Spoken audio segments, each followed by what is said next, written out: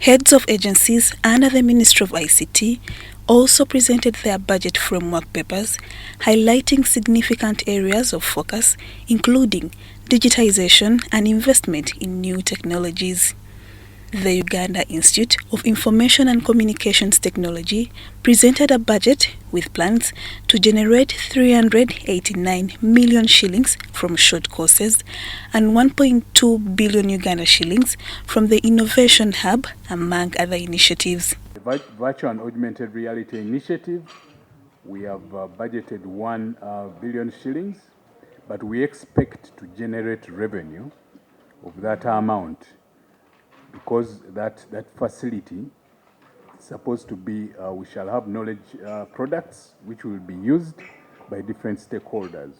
In a separate presentation, UBC management expressed concerns about the insufficient funding allocated to the corporation, which limits its ability to carry out key activities. The obsolete equipment that we run,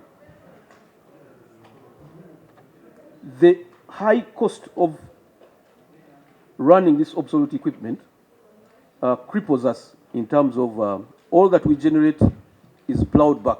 We have not invested in new technology over a long time, apart from the technology that was deployed for digital terrestrial transmission, which also needs beefing up. With improved revenue compared to previous years, UBC has proposed an increased budget to focus on priorities such as providing free access to local channels for the public. Priority areas is to make sure that we complete the rollout of the digital terrestrial transmission, which offers the free-to-air, but which doesn't cover the country 100%. So the next deployment is the direct-to-home, where we'll make sure that with direct-to-home, 100% of the country will be covered, irrespective of the terrain, wherever people are. Minister Baryomunsi also discussed efforts to engage with the Ministry of Finance to ensure vote status for UBC, which would further strengthen the corporation's operations. We've been engaging the Ministry of Finance because now they are funded as a subvention. The money passes through the ministry, then to UBC, but we want them to get a vote status. And luckily, because of rationalization, there are many votes which have been collapsed. So the engagement we have had with the finance should be easier now to give them a vote status. Because they would say there are many votes in the government, but many after rationalization have collapsed, so it should be easier for you.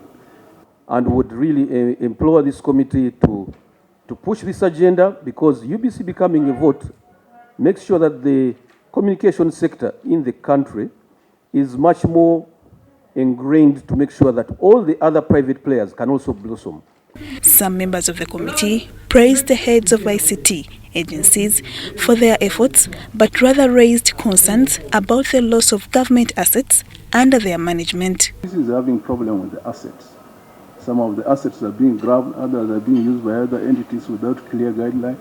I wanted to know what is happening about those assets. Minister Baryomunsi responded to these concerns, reassuring the committee on ongoing measures to address these issues. The ministry, we are very strong on protecting the assets of government, whether UBC, Posta, and the other entities, because there are people in the town whose work is just to scan around, sniff and know where government property is, land is, and then they want to grab it or irregularly take it. But as a ministry, we are doing everything possible to make sure that we protect us. Regarding concerns about the pay and contracts for journalists, the minister assured the committee that the ministry is committed to reviewing the situation to ensure that journalists are adequately compensated to deliver accurate news.